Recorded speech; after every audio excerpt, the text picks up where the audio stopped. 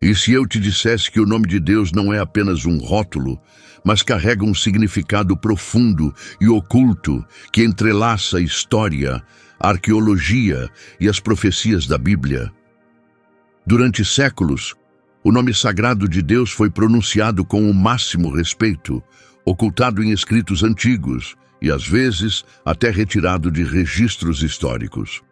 E se eu revelasse que nas próprias letras desse nome existe um segredo que aponta diretamente para o Messias e sugere eventos futuros? Essa descoberta está longe de ser comum. O que estamos prestes a explorar provavelmente mudará sua compreensão sobre aquilo que você sempre acreditou ser verdade.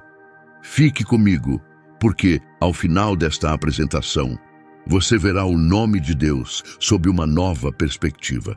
Antes de continuar, lembre-se de curtir o vídeo, se inscrever no canal e ativar as notificações, pois essa revelação pode transformar para sempre a sua forma de ver a Bíblia. Vamos começar. Ao longo dos séculos, diversas culturas e tradições religiosas atribuíram muitos nomes a Deus, cada um refletindo seu poder, sua glória e a forma como ele se relaciona com a humanidade. A própria Bíblia apresenta vários títulos, cada um com significados importantes. Elohim, que significa Deus ou o Todo-Poderoso, aparece logo na primeira linha de Gênesis. Adonai, que quer dizer Senhor ou Mestre, destaca seu domínio soberano. El Shaddai, que significa Deus Todo-Poderoso, está ligado ao seu cuidado e proteção. Entre todos esses títulos, porém, há um que supera os demais em santidade, o tetragrama, Ik-WH. Muitas vezes pronunciado como Yahweh e traduzido como Senhor na maioria das versões da Bíblia em inglês, esse nome era considerado tão sagrado que os antigos israelitas evitavam dizê-lo em voz alta. Mas o que torna esse nome tão especial? O que o faz ser tão único? O segredo para entender isso está na essência mística transmitida pela antiga língua hebraica, um significado que permaneceu oculto por milênios. Para compreender a profundidade dessa revelação, precisamos voltar a um episódio crucial nas Escrituras: o encontro de Moisés com Deus na sarça ardente, descrito em Êxodo 3. Moisés, que antes era um príncipe do Egito, agora vivia no exílio como pastor em Midian. Durante seu trabalho próximo ao Monte Horebe, ele viu algo impressionante: um arbusto em chamas, mas que não se consumia com o fogo. Movido pela curiosidade, Moisés se aproximou e ouviu seu nome sendo chamado do meio do fogo. Moisés, Moisés! Ele respondeu: aqui estou. A voz então lhe disse: não se aproxime, tire as sandálias dos pés, pois o lugar onde você está é terra santa. Adaptado de Êxodo 3:5. Tomado pelo temor, Moisés se ajoelhou enquanto a voz revelava sua identidade. Eu sou o Deus dos seus antepassados, o Deus de Abraão, o Deus de Isaque e o Deus de Jacó. Adaptado de Êxodo 3:6. Naquele instante, Moisés entendeu que estava diante da presença poderosa de Deus. Deus revelou que conhecia o sofrimento do seu povo no Egito e escolheu Moisés para libertá-los. Porém, ainda inseguro, Moisés fez uma pergunta importante: se eu for aos israelitas e disser, o Deus dos seus antepassados me enviou a vocês, e eles perguntarem, qual é o nome dele, o que devo responder? Adaptado de Êxodo 3:13. Deus respondeu com uma declaração profunda: eu sou o que sou. E acrescentou: diga aos israelitas, eu sou me enviou a vocês. Adaptado de Êxodo 3:14. Essa declaração profunda da Bíblia, eu sou o que sou, carrega um significado intenso que pode não ser evidente à primeira vista. A frase, em sua simplicidade, revela uma riqueza de sentidos quando observada através da antiga língua hebraica. Primeiro, eu sou ou eu serei simboliza a presença eterna de Deus, destacando que ele existe sem começo nem fim e é totalmente autossuficiente. Ele não depende de nada nem de ninguém, permanecendo constante em todos os tempos. Malaquias 3:6, Hebreus 13:8. Em segundo lugar, a repetição da frase "Eu sou o que sou" enfatiza a soberania suprema de Deus. Em contraste com os deuses fabricados pelos homens no Egito, Yahweh é o único Deus vivo, livre das limitações que restringem a compreensão humana sobre o divino. Ele transcende o tempo, o espaço e a existência material. Além disso, essa frase tem uma ligação direta com o tetragrama IKWA, que se traduz como "Eu sou". Essa conexão indica que a essência de Deus está entrelaçada com um estado eterno de ser. Assim, chamá-lo de Yahweh não é apenas usar um nome, mas afirmar sua natureza imutável e autossuficiente. A reverência pelo nome IHWH era tão grande entre os judeus que, com o tempo, deixaram de pronunciá-lo para preservar sua santidade. Na época do Segundo Templo, 515 a.C. a 70 d.C., dizer o nome Yahweh era considerado sagrado demais. Em seu lugar, usava-se Adonai, que significa Senhor, como uma forma de evitar o uso indevido do nome divino, em obediência ao mandamento de não tomar o nome do Senhor em vão. Êxodo 27. Durante as leituras das Escrituras, os sacerdotes judeus diziam Adonai sempre que aparecia IKWH, o que levou à prática das traduções bíblicas em inglês, onde IKWH é escrito como Lord em letras maiúsculas, em vez de ser soletrado. O nome sagrado de Deus, frequentemente chamado de IHWH e pronunciado Yahweh, carrega uma mensagem profética profunda em suas letras. Para decifrá-la, é preciso explorar os significados pictográficos do antigo alfabeto hebraico, no qual cada letra é representada por uma imagem simbólica. Começando com Yod, essa letra era representada como um braço ou uma mão no hebraico antigo, simbolizando força, ação ou autoridade.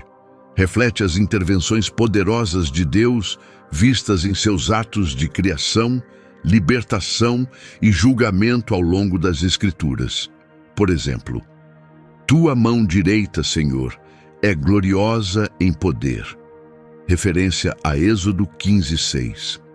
Em seguida vem Re, ilustrada por uma figura com as mãos levantadas, um gesto de admiração ou respiração, significando revelação ou presença divina. Essa letra aparece 2 vezes no nome Yahweh, destacando sua importância na revelação do divino.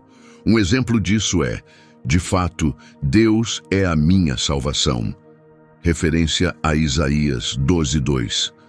A próxima letra é Vav, representada como uma estaca de tenda, ou um prego no hebraico pictográfico, significando ligação, segurança ou conexão.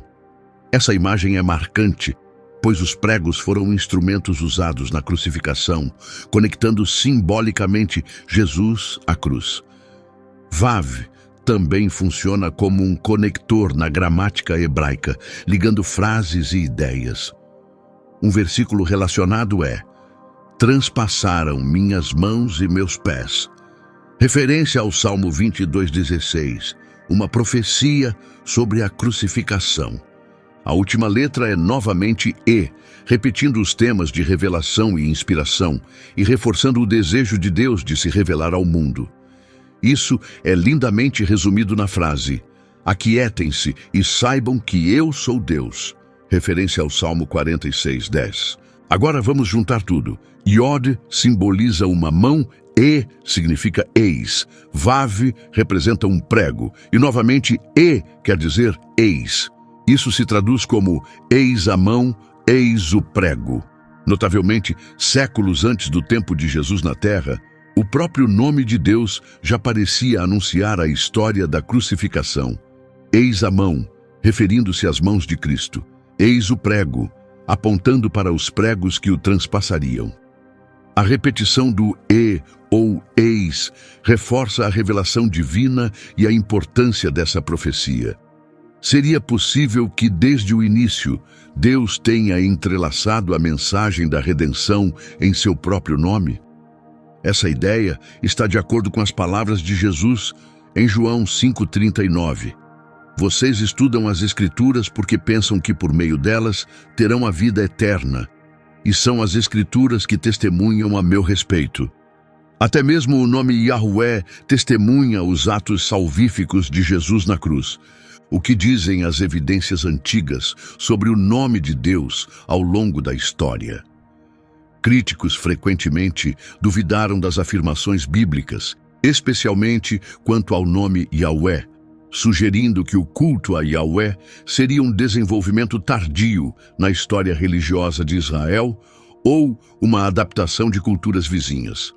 No entanto, e se descobertas arqueológicas desmentirem essas alegações? E se houver artefatos concretos, gravados em pedra e preservados por milênios, que comprovem que o povo hebreu invocava o nome de Yahweh muito antes do ceticismo moderno, exatamente como descrito nas Escrituras? Em 1868, uma descoberta arqueológica significativa aconteceu quando um missionário alemão encontrou a estela de mesa, também conhecida como Pedra Moabita, em Dibon, na Jordânia. Esse antigo artefato, datado por volta de 840 a.C., cerca de um século após o reinado do rei Davi, oferece um raro vislumbre daquele período. Escrita pelo rei Mesa de Moabe, inimigo de Israel, a estela celebra a independência de Moabe do reino de Israel após a morte do rei Acabe. Sua importância está no fato de conter a primeira referência extra-bíblica ao nome Yahweh. A inscrição afirma: tomei os utensílios de Yahweh e os ofereci a Quemosh, o deus de Moabe.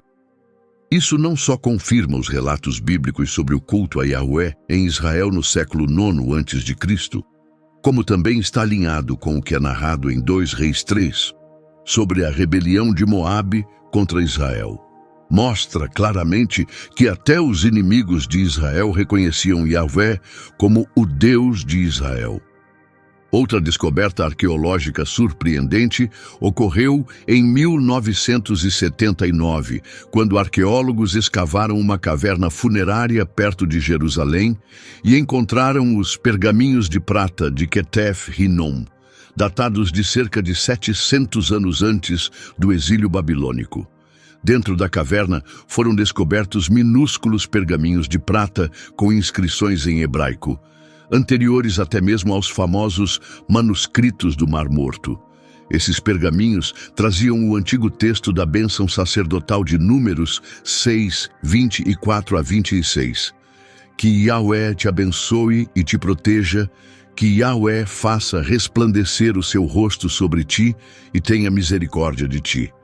Que Yahweh volte para ti o seu rosto e te dê paz.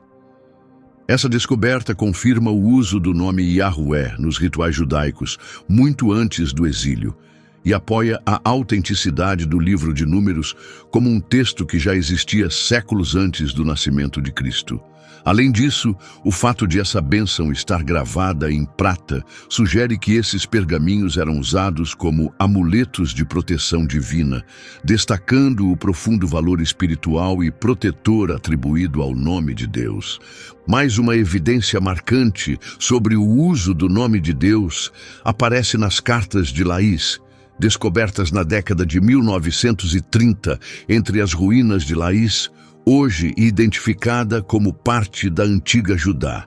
Esses fragmentos de argila, datados entre 590 e 580 a.C., época do profeta Jeremias, foram escritos em óstracos, ou seja, pedaços de cerâmica usados como material de escrita. As cartas são comunicações importantes entre oficiais militares judeus durante os momentos críticos que antecederam a conquista de Jerusalém por Nabucodonosor em 586 a.C. Uma das mensagens, com tom de urgência, diz: que Yahweh permita que meu Senhor ouça boas notícias hoje. Esse documento não só confirma que o nome Yahweh Era invocado rotineiramente em tempos de crise, como também reforça seu uso difundido em Judá, pouco antes do exílio babilônico. Além disso, o conteúdo dessas cartas reflete situações militares descritas nas profecias de Jeremias, estabelecendo uma conexão direta entre os eventos históricos e os relatos bíblicos. Elas oferecem uma prova histórica direta de que Yahweh era clamada com fervor em tempos de guerra, exatamente como descreve a Bíblia. Outros artefatos também confirmam o uso histórico do nome de Deus. A inscrição de Het Elkom, uma espécie de grafite do século 8 a.C. encontrada em Judá, invoca Yahweh em forma de bênção. Já no século 9 a.C., as inscrições de Kuntilet Ajrud revelam as tensões religiosas da época ao mencionar Yahweh ao lado de Aserá, refletindo o conflito entre a adoração fiel a Yahweh e a idolatria predominante. Além disso, os manuscritos do Mar Morto, que datam entre o século III a.C. e o século I d.C., preservam inúmeros textos bíblicos que utilizam consistentemente o nome Yahvé em hebraico, mesmo em manuscritos que incluem trechos em grego.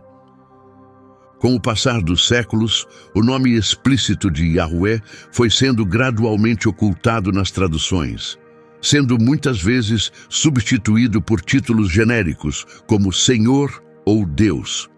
Essa mudança já havia sido antecipada pelo profeta Jeremias, que lamentava o fato de seu povo ter abandonado o nome de Yahweh para seguir Baal, Jeremias 23, 26, um costume ligado à invocação de falsos deuses.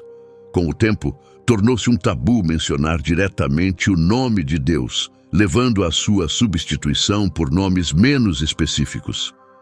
Hoje, essa prática ainda persiste, com muitos fiéis sem conhecimento ou receio de usar o nome original de Deus.